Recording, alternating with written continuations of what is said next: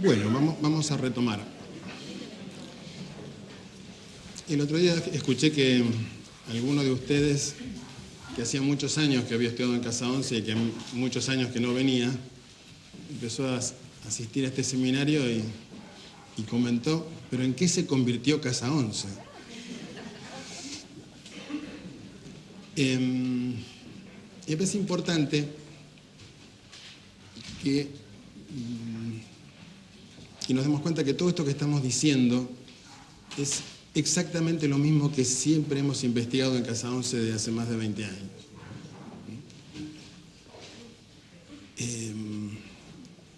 No son cosas diferentes, sino es la consecuencia lógica de una misma investigación.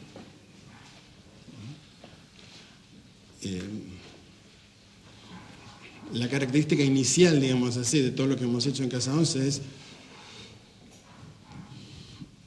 profundizar en la percepción de un orden vibratorio que misteriosamente y muy complejamente ordena nuestras existencias. Y la característica del modo en que hemos tenido de investigarlo fue que lo hemos hecho vivencial. Es decir, desde el principio hemos buscado que la captación de ese orden no sea algo teórico, no sea algo intelectual, sino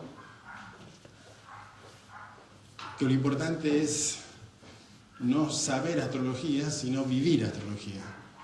O sea, no saber acerca del orden, sino estar profundamente sintonizados con ese orden. Eso es astrología vivencial, no astrología con visualizaciones. La astrología con visualizaciones es la puertita de qué significa vivenciar astrología, en el sentido qué significa el universo como vibración creadora.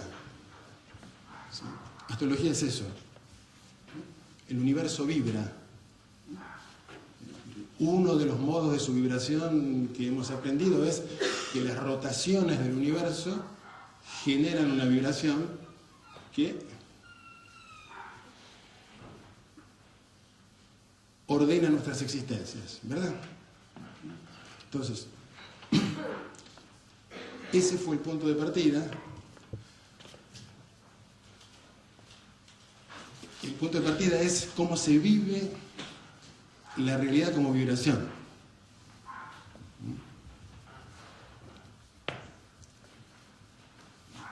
Después seguimos profundizando en Casa Once y nos dimos cuenta que no alcanza solamente con conocer los símbolos de ese orden vibratorio, sino que lo más importante pasaba a ser comprender por qué reaccionábamos de distinta manera a esos símbolos.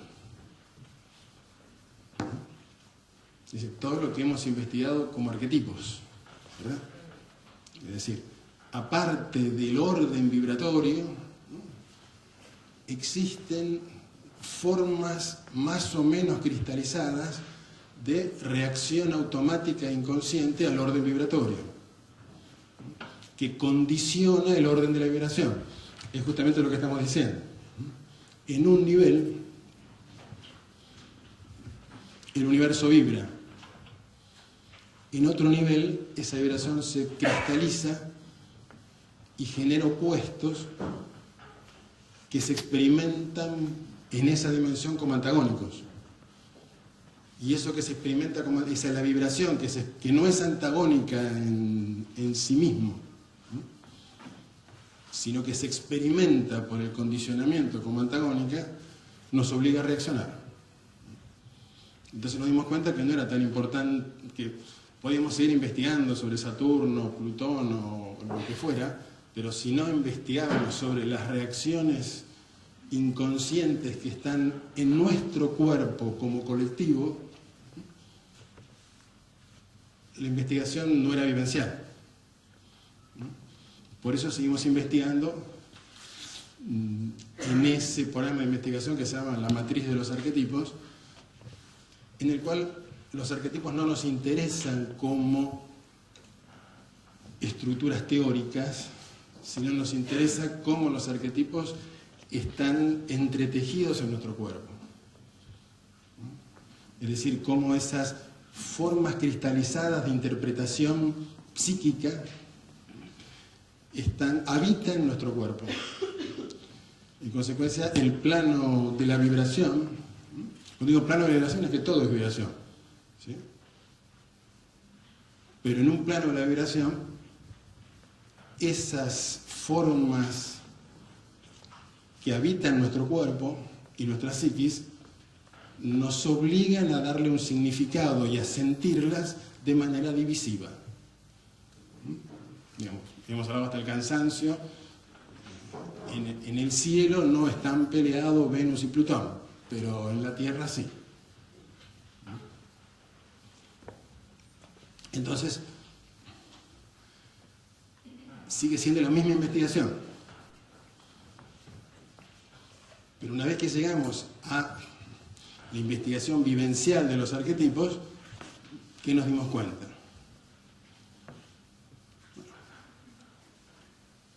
Que si no comprendemos la estructura del yo,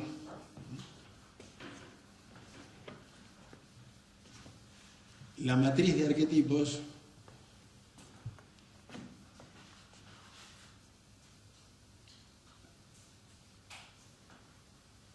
está atada a la estructura del yo. Yo no me puedo diferenciar de los arquetipos. Puedo pasar de uno a otro. Yo no puedo. Porque yo soy reacción. Porque yo soy una entidad que tiene una identidad. Y si tengo una identidad que tengo que mantenerla en un universo que es un flujo de información continua, ¿qué tengo que hacer yo? Tengo que defenderme. Por definición. ¿Se ve eso? Porque tengo una identidad que tengo que defender. Y esa identidad que tengo que defender puede saltar de un arquetipo a otro, puede expresar el cuerpo habitado por toda esa matriz de arquetipos, puede manifestar uno u otro. Pero detrás de todos ellos está el arquetipo del centro, el arquetipo del yo, que juega con todos esos arquetipos. En consecuencia, si no investigamos a fondo la estructura del yo y cuál es el tipo de inteligencia y sensibilidad de la cual emerge el yo,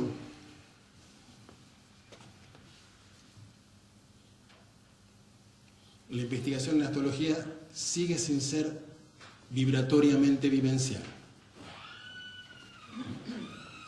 Entonces, por eso, este seminario es tan casa 11 como la visualización de Aries.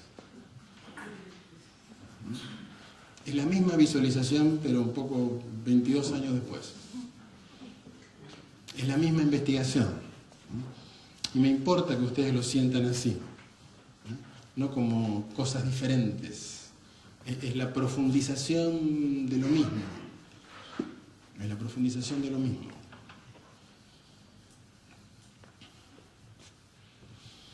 Y por eso estamos investigando en eso, y por eso este seminario, con algunos más que hemos hecho en los años anteriores, pero específicamente este, estamos tratando de crear un contexto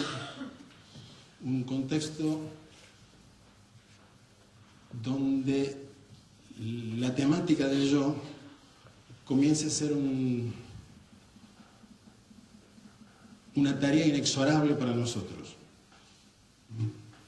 Darnos cuenta que ese es el movimiento que estamos destinados a hacer. Comprender esa estructura.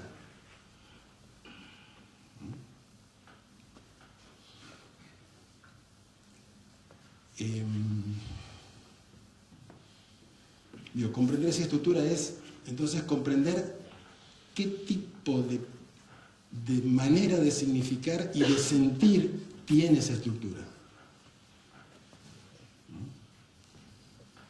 y darnos cuenta que esa estructura justamente es una estructura polarizante, es decir, divisiva.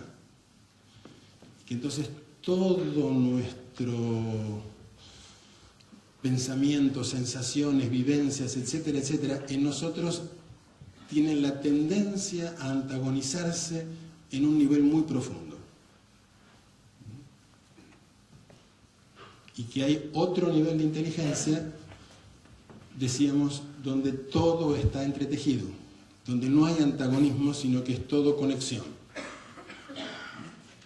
Y hablamos al final de la reunión anterior, como todos conocemos, podemos llamarlo, ese nivel está en estado, decíamos, de insight, en estado de que significado y sensación son una sola cosa. Por eso en ese nivel se producen mutaciones, en el sentido que se producen alteraciones profundas en el deseo.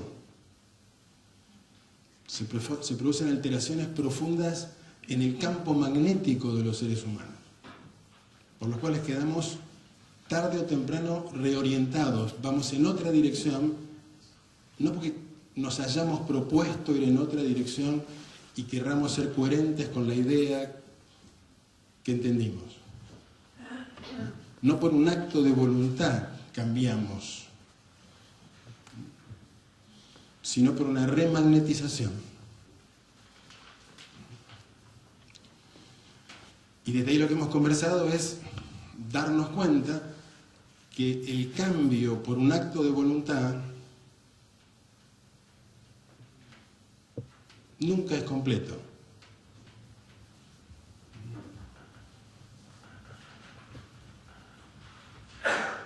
Porque necesariamente estoy reprimiendo un conjunto de informaciones que tengo que rechazar para poder ser coherente con aquello que me he propuesto. O sea, la coherencia consciente no significa cambio. Mantener nuestra coherencia en el nivel consciente no significa que hayamos cambiado existencialmente. Necesitamos profundizar en esto para que esto no sea una idea.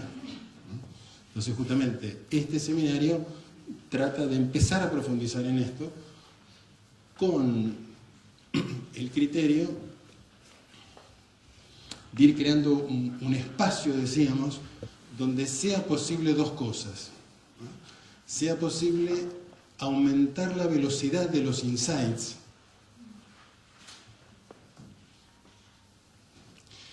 y contener la inevitable reacción del nivel condicionado que se defiende y resiste a los insights que la desorganizan. Decimos, crear un espacio para el insight es lo que llamamos corazón. Es decir, un espacio sin juicio, donde se produzcan cada vez más conexiones y pueda haber una exposición del yo, una exposición de esa estructura que se separa, que se aísla, que se defiende, que pueda sentir que no hay de qué defenderse, porque no va a ser atacada, juzgada vincularmente.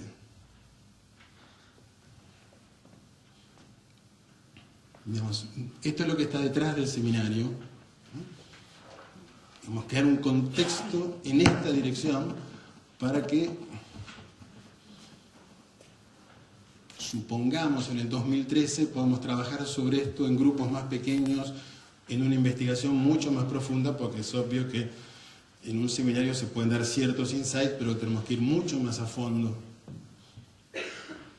en la comprensión, desarticulación de esta estructura y la remagnetización en este misterio que me interesa mucho que profundizar. Entonces, primer punto, esto que hacemos es la consecuencia lógica de todo lo que hemos hecho. Es como ir pelando una cebolla, abriendo una flor de loto, es más lindo.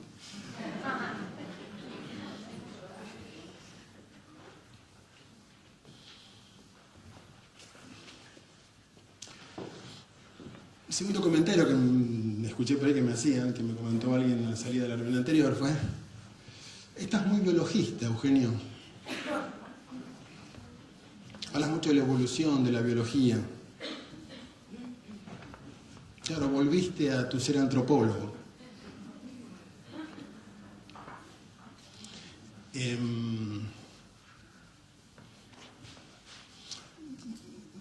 ¿Por qué estamos hablando tan más biológicamente que de costumbre y por qué hablamos de la evolución?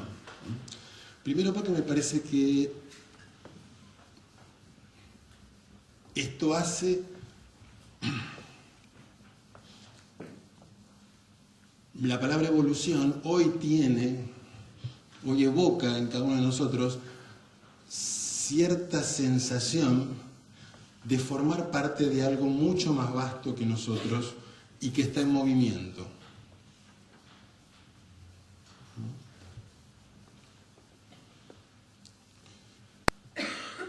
Y es una palabra que nos puede traer el aroma de que no estamos en el centro del universo,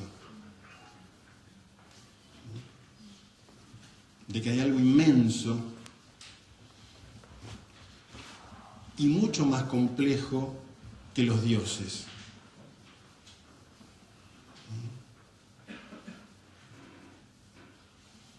En el sentido de proyectar sobre la inmensidad el mismo tipo de inteligencia nuestra, sino poder abrirnos a que aquello que nos teje tiene una inteligencia, una sensibilidad completamente diferente de la nuestra, o por lo menos de la nuestra actualmente, o de la nuestra en esta dimensión divisiva en la que habitamos. Esto por un lado, pero por el otro,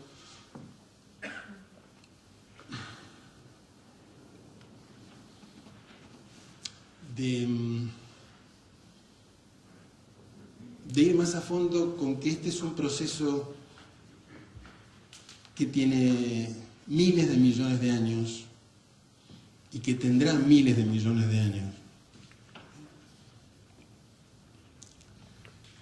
Y que en este proceso lo que vamos siendo es una organización biológica, es una organización corporal, que se va abriendo a otras dimensiones.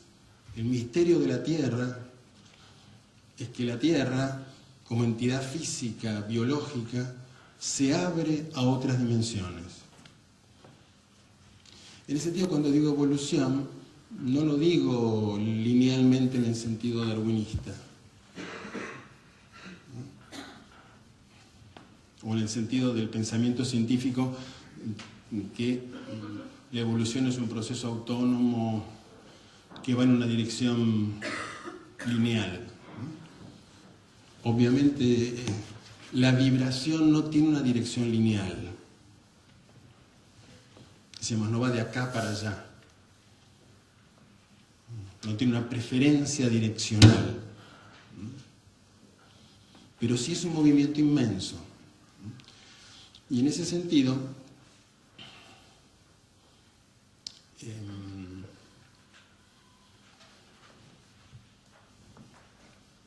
en el seminario que hicimos hace 2 años, los arquetipos del 2012,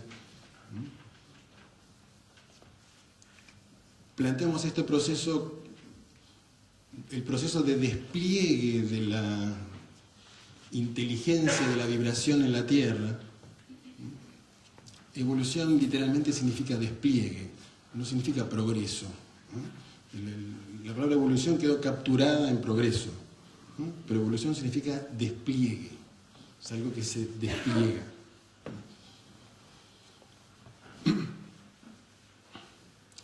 hagamos de este proceso como un doble proceso, en el sentido de que nosotros, como parte de esa vida que es la Tierra,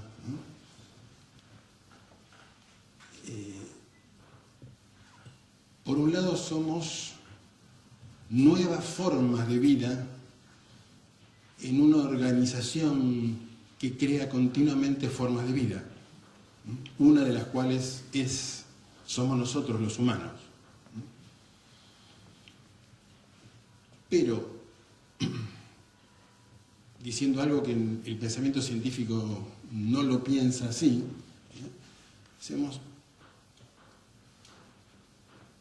el pensamiento científico está obligado a pensar en entidades que se adaptan a otras entidades.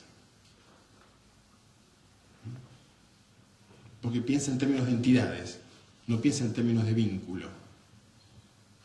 Entonces todo el pensamiento evolutivo es adaptarse. Entonces la Tierra se adapta, cada especie se adapta.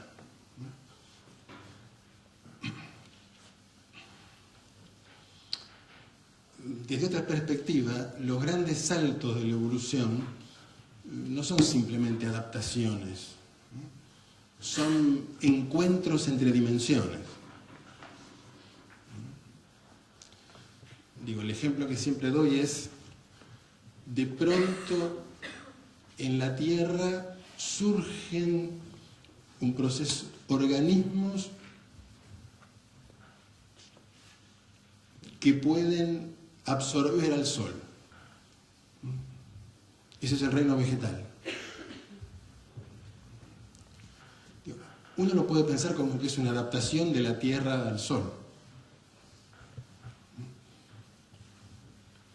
Pero para que esa adaptación se hubiera dado, para que la energía solar entre en la Tierra, una planta es una batería de energía solar.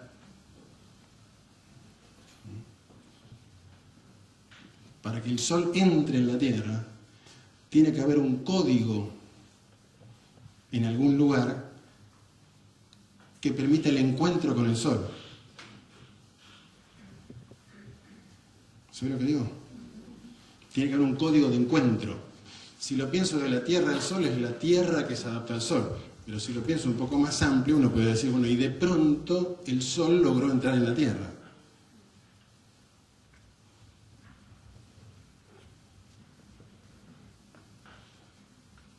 Digo, ¿qué fue? ¿Una tarea de la Tierra o una tarea del Sol?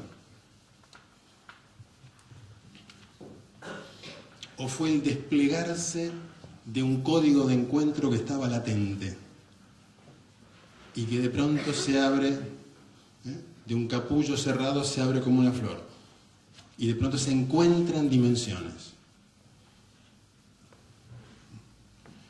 Del mismo modo, uno puede pensar, aparece el ser humano, aparece ese increíble sistema nervioso que somos nosotros, esta corporalidad electromagnética capaz de sintonizarse, ¿con qué? Lo primero, con procesos mentales.